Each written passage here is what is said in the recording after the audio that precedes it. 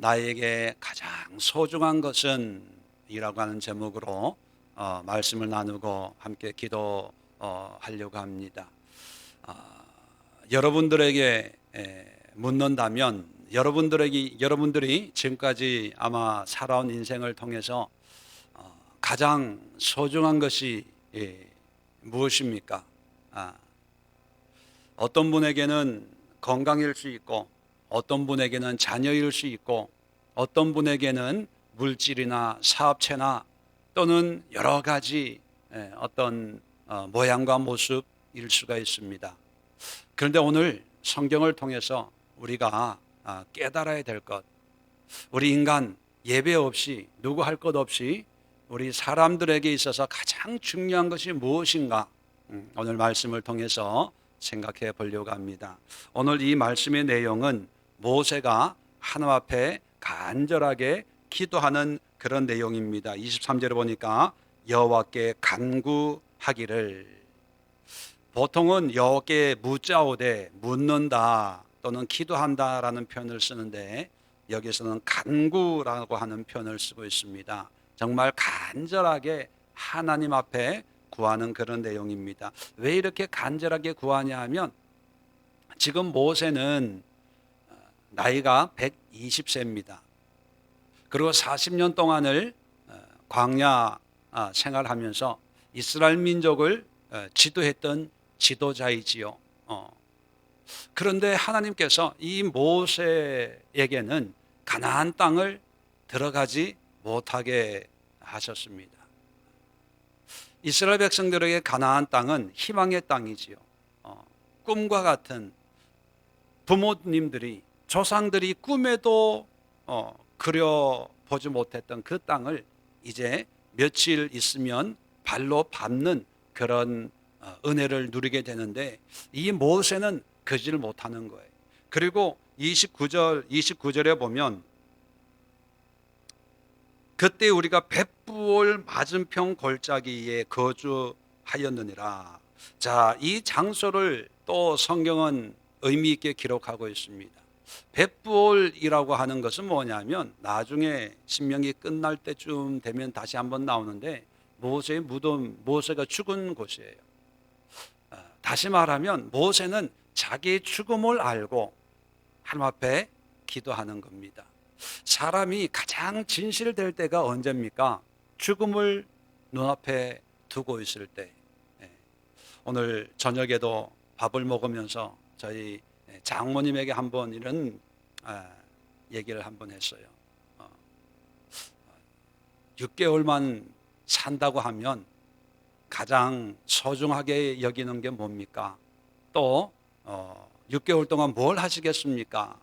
물어봤어요. 집사람한테도 한번 물어보고 또 저한테도 물어보더라고요.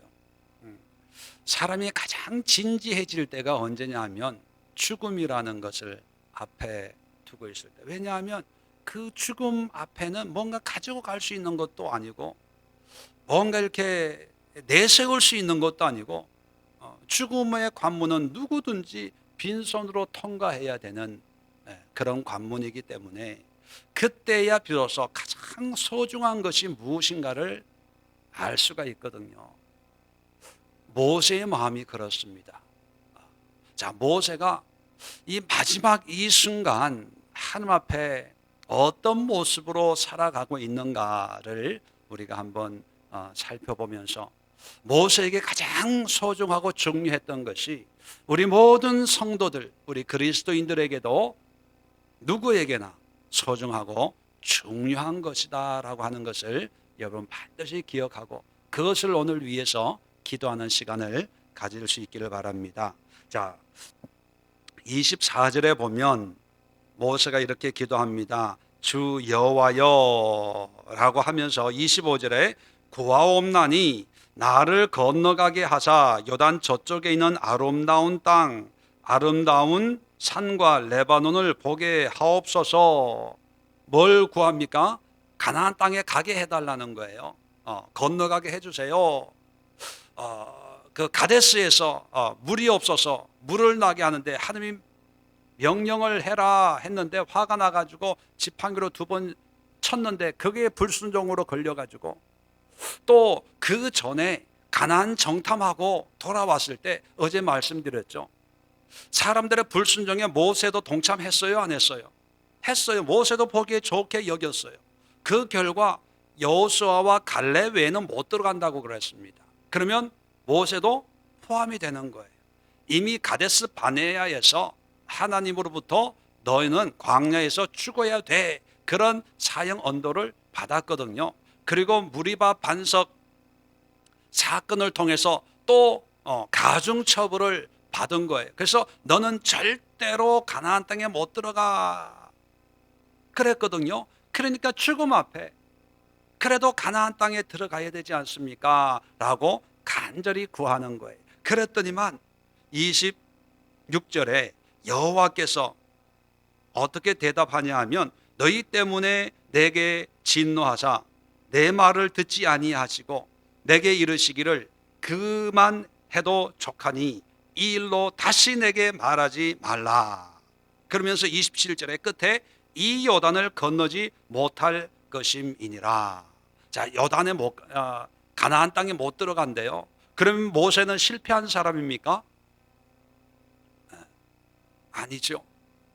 그래서 이걸 보면 가나안 땅이라고 하는 것은 이 세상에 있는 거예요. 이 땅에 있는 어떤 모양과 모습이에요.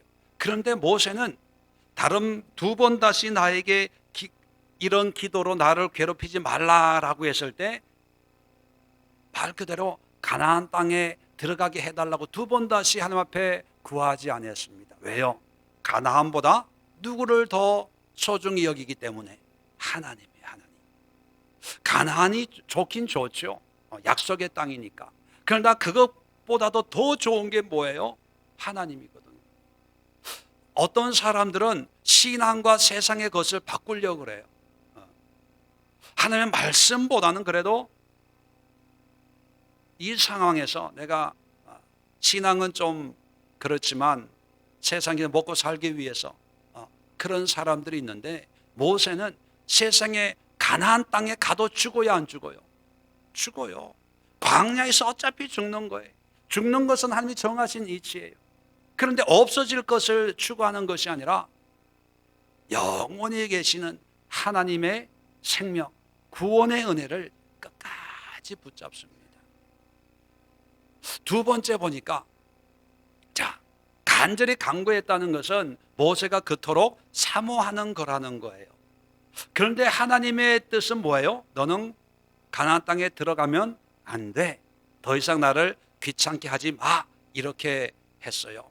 자, 그 하나님의 말씀을 듣고 예, 알겠습니다 하고 물러갔어요. 자, 이걸 보면서 나의 원함보다 더 중요한 것이 뭡니까? 하나님의 뜻이에요.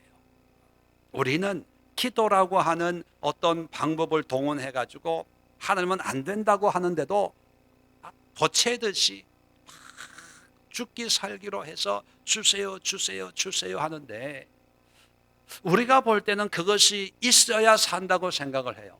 그런데 하나님이 보실 때 과연 그것이 우리에게 주어질 때 산다는 보장이 없을 수도 있다는 거죠. 왜냐하면 하나님은 우리 자신보다 우리에 대해서 더 잘 알기 때문에.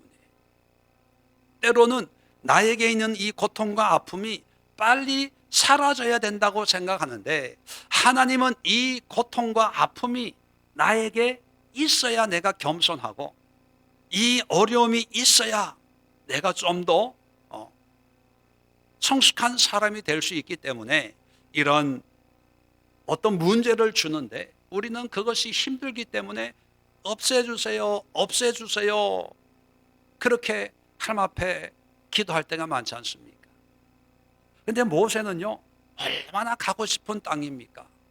그런데 하나님이 안 돼 했을 때, 나의 원함보다는 하나님의 뜻이 정녕 그러하다면 하나님의 뜻에 순종하겠습니다. 그거예요. 우리가 나중에 천국에 갔을 때 하나님 앞에 내놓을 수 있는 것이 하나님, 내가 이 땅에 살면서 이런 일을 했고요, 이런 일을 했고요. 모세같이 하나님이 가지 말라는 그 땅에요, 내가 믿음으로 간 거 아닙니까? 나 잘했지요, 담대하지요, 용감하지요. 아마 그렇게 얘기하는 것보다는 나는 정말 가고 싶었지만 하나님께서 스톱, 가면 안 된다라는 그 말씀에 나는 끝까지 순종했습니다. 그런데 나는 정말 가고 싶었거든요. 정말 하나님이 그래? 그러면 올라가라. 그 말씀을 기대했는데 끝까지 하나님이 말씀을 안 하시던데요. 그래도 나는 거기에 순종했습니다. 오히려 그것이 하나님께는 영광이고 더 아름다운 상급을 받는 믿음의 모습이 아닐까 그런 생각을 합니다. 그래서 기도하시면서 우리 그리스도인들은 나의 원함, 나의 필요, 나의 환경, 나의 상황, 나의 현상이 중요한 게 아니라 그 모든 것 속에 하나님이 가지고 있는 계획이 뭘까? 하나님의 뜻이 무엇일까? 그것을 깨닫고 하나님의 뜻에 순종하는 것이 바로 신앙인의 삶이고 믿음의 모습이라는 것입니다. 세 번째, 나의 성취보다는 순종이에요. 40년을 살아온 그 삶의 목적은 오직 가나안 땅이었습니다. 거기에 들어가는 것이 어떤 승리고 성취고 어떤 성공이라고 볼 수가 있습니다. 왜냐하면 40년 동안 광야에 수많은 사람들이 가나안을 사모하다가 다 죽었거든요. 그런데 나는 그 땅에 들어갔으니까. 그래서 이것을 사람들에게 자랑하기도 합니다. 그리고 이런 모습을 보면 사람들은 박수를 치기도 해요. 세상에 얼마나 많은 성공을 거둔 사람들이 많습니까? 세상에 얼마나 자기의 꿈을 이룬 사람들이 많습니까? 그런데 하나님은, 믿음은 뭔가 이루고 성공한 것을 기뻐하고 즐거워하기보다는 하나님 앞에 철저하게 순종하는 삶이에요. 순종하는 삶. 말씀드린 기억이 있지만 다니엘 같은 사람은요, 포로로 끌려갔는데 바벨론의 총리가 됐어요. 성공한 사람이지요. 정말 불세출의 영웅 대접을 받아도 아마 괜찮을 사람일 거예요. 에스더 같은 사람도 마찬가지입니다. 에스더도 포로로 끌려갔는데 왕비가 됐어요. 얼마나 성공한 사람입니까? 그런데 에스더서를 보든지 다니엘서를 보든지 자기가 가지고 있는 권력에 대해서, 성공에 대한 얘기는 한마디도 없어요. 한마디도. 그리고 뭐가 기록됐습니까? 하나님 앞에 쓰임받는 것, 하나님의 도구의 삶. 에스더는 죽으면 죽으리라, 유대 민족을 구하기 위해서 내가 왕 앞에 나아가리라. 그래서 불임절이라고 하는 죽을 몰살당한 유대인들을 구원하는 구원의 도구로 내가 쓰임받았다는 것만 기록되고 있어요. 다니엘도 내가 총리가 돼가지고 그 덕에 유대인들이 얼마나 편안하게 살았는지 너희들 아냐? 이렇게 자기 공치사 하는 내용이 전혀 없고, 말씀을 보고 70년 동안 포로 생활해야 된다는 걸 발견을 하고 나라와 민족을 위해서 철저하게 회개하고 기도하고 장차 하나님이 하실 그 말씀을, 예언적인 말씀을 기록하면서 참아라, 인내해라, 장차 하나님이 우리에게 이러이러한 회복을 주실 거야, 낙심하지 마, 하나님의 말씀에 도구로 쓰임받는 것, 하나님의 뜻에 철저하게 순종하는 것. 우리는 총리가 되면 총리가 된 거를 간증하고 오만 데 다 다녀요. 우리가 왕비가 되면 아마 여기저기서 부흥 강사, 간증 강사로 아마 오만 데 불려 다닐 거예요. 그런데 성경은 그런 타이틀을 자랑하는 것이 아니라 하나님 앞에 어떻게 내가 쓰임받는가, 순종하는가. 사람들은 가나안 땅에 들어가지 못한 모세를 보면서 한편으론 안 됐다라고 하지만 아유 그래도 같이 가면 좋은데, 그런 좀 이렇게 연민 같은 걸 느꼈을 게, 왜 우리는 가는데 모세 못 가니까. 그런데 하나님에게는 가고 안 가고 중요한 게 아니라 하나님의 뜻에 순종하는 삶이냐 아니냐, 그게 더 중요한 거예요. 이스라엘 민족은 가나안 땅에 갔잖아요. 가도 하나님 앞에 때마다 야단 맞았어요. 그런데 모세는 못 갔잖아요. 그런데 신약 시대의 변화산에 예수님과 함께 영광 가운데 변화된 모습으로 예수님과 대화하는 그런 놀라운 그런 하나님의 은혜를 누리게 되더라는 것입니다. 그래서 여러분, 가장 소중한 것이 우리가 성공하는 것이 중요한 게 아니라 하나님 앞에 철저히 순종하는 게 중요해요.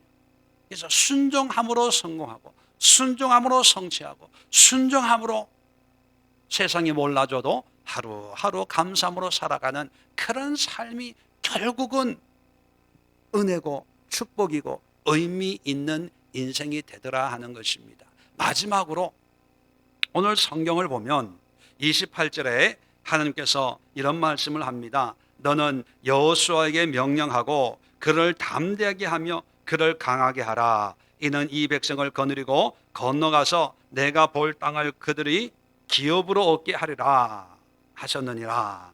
자, 뭐라고 얘기하냐면 나도 좀 건너가게 해주세요. 왜냐하면 지금까지 내가 이스라엘 민족을 리더했죠. 지도자잖아요. 그러니까 내가 가나안 땅까지 내가 이 백성들을 인도해 가기를 원합니다 라고 했더니만 너는 아니야. 여호수아를 세워가지고 여호수아를 통해서 그 일을 하라는 거예요. 쉽게 요즘 말로 하면요, 명퇴당하고 후임이 새파랗게 젊은 여호수아가 이제 네가 할 일을 할 거야. 그러니까 너는 책상 빼. 기분 좋아요, 안 좋아요? 안 그런 나이 먹은 것도 서럽고 억울한데, 그죠? 새파랗게 젊은, 그것도 자기 몸종처럼 부리던 여호수아를 세워가지고 그가 이 백성을 거느리고 요단강을 건널 거야. 너는 없어도 괜찮아. 야, 정말 자존심 상하잖아요. 그런데도 나중에 보면 여호수아에게 기름을 부어서 백성들에게 여호수아의 말을 순종해라 그렇게 얘기하고, 또 여호수아에게 너는 강하고 담대하라. 나와 함께 하신 하나님이 너와도 함께 하실 거니까 염려하지 마라. 다 축복해 줍니다. 여기서 우리가 마지막으로 정말 우리가 소중하게 여겨야 될 것은요, 나의 존재감, 내 자신이 아니라 사람을 세우는 거예요. 사람을 세우는 거예요. 저도 옛날에는 몰랐는데 나이가 젊어서 그랬는지 모르지만 이제 나이가 조금씩 들면서 깨닫는 게, 사람을 세워야 되겠구나, 사람이 재산이구나, 그런 생각을 많이 합니다. 하나님의 나라를 세워나가는데 어찌 나 혼자 모든 걸 할 수 있겠습니까? 내가 할 수 있는 일은 한 부분이거든요. 하나님은 온 세상에 여러 가지 일들을 이루어가는 그런 하나님이기 때문에 하나님 나라에는 많은 일꾼들이 필요로 합니다. 모세는 아마 지금까지 40년 내가 했으니까 내가 가나안 땅에 들어가서 내가 싸워야 이 가나안 땅을 점령할 줄 그렇게 생각을 했고, 이스라엘 백성들도 아마 그렇게 생각했을 거예요. 모세가 없는 것은 상상하기가 힘들어. 그런데 하나님은 그게 아니죠. 젊은 여호수아를 통해서도 능히 그 일을 이루어 나갈 수가 있다는 것이죠. 그렇다면 우리는 이 나이가 들면요, 내가 아니면 안 돼, 이런 생각이 자꾸 이렇게 들어요. 그래서 나를 이렇게 밀어내면요, 괜히 섭섭해지고 서운해지고, 그래서 뭔가라도 이렇게 붙들고 있으려고 하는 그런, 그래서 젊은 사람들 얘기하는데도 이렇게 끼어들려고 하고요, 말로 숟가락 한 잔 얹으려고 하고, 그러면 젊은 사람들이 싫어하잖아요. 그러면 왕따 당한다, 뒷방 늙은이다, 이런 생각을 하는데, 그런 생각이 하나님이 기뻐하는 모습이 아닙니다. 왜냐하면 사람을 세우는 거예요. 젊은 사람들을 세우고, 집사, 권사, 안수 집사를 세우고, 여호수아 같은 젊은 청년들을 세워서 내가 다 하는 것이 아니라 나보다 더 큰 일을 할 수 있도록, 그래서 하나님 앞에 갔을 때 하나님이 주신 은혜로 일생을 순종하다가 또 이런 일꾼들을 세웠습니다. 이게 자랑이에요. 성경을 봐도요, 사도들도 보면 믿음의 아들들이 있어요. 바울에게는 디모데가 믿음의 아들이고요. 베드로에게는 누구가? 마가가 믿음의 아들이에요. 또 바울에게는 누가가 믿음의 아들이에요. 뭐 요 사람만 특별히 사랑했다 이것이 아니라 그것처럼 젊은 사람들을 세워서 디모데를 세워서 에베소 교회를 목회하게 하고요. 베드로가 마가를 세워서 마가복음을 쓰게 하고요. 바울은 누가를 통해서 누가복음, 사도행전을 쓰게 했어요.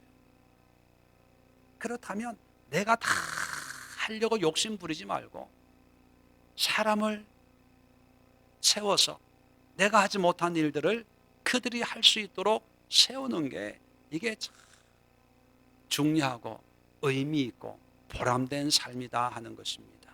부모님들이 왜 자녀를 자꾸 잘 세우려고 합니까? 대리만족 그런 면도 없지 않아 있지만 이게 부모의 보람이거든요. 일평생 내가 살면서 내 속으로 낳은 자녀들을 이렇게 훌륭하게 세워놓았다. 그게 삶의 어떤 보람이 되는 것처럼 우리 믿음에서도 그런 보람을 함께 느낄 수 있도록 우리가 믿음의 사람들을 세우고 믿음의 사람들에게 복음을 전하고 그들이 예수 믿도록 인도하고 또 양육하는 이런 일에 우리가 무심해서는 안 된다 하는 것을 다시 한번 말씀을 드립니다. 정리를 하면 일생을 마감하면서 정말 당대의 영웅이었던 이 모세는 하나님 앞에 자기가 한때 왕자였던 것을 자랑하는 것이 아니라 또 광야 40년을 지도했던 어떤 리더십을 자랑하는 것이 아니라 자기의 모든 걸 내려놓고 철저하게 하나님의 뜻 함께 순종하는 것, 그리고 하나님의 뜻에 맞춰서 사람을 세우는 이런 모습을 우리에게 보여주고 설교를 마치고 그 자리에서 이름도 없이 생애 마지막을 장식한 걸 보면서 우리에게 가장 소중한 게 무엇일까? 여러분 스스로 한번 물어보십시오. 그리고 오늘 이 말씀을 정답으로 삼아서 이런 유언을 할 수 있도록 이런 유산을 물려줄 수 있도록 나에게 은혜와 믿음을 허락해 주옵소서. 함께 기도하는 이 시간 될 수 있기를 바랍니다. 말씀을 마칩니다. 함께 자리 정돈하시고 우리 함께 기도하는 시간 갖도록 하겠습니다.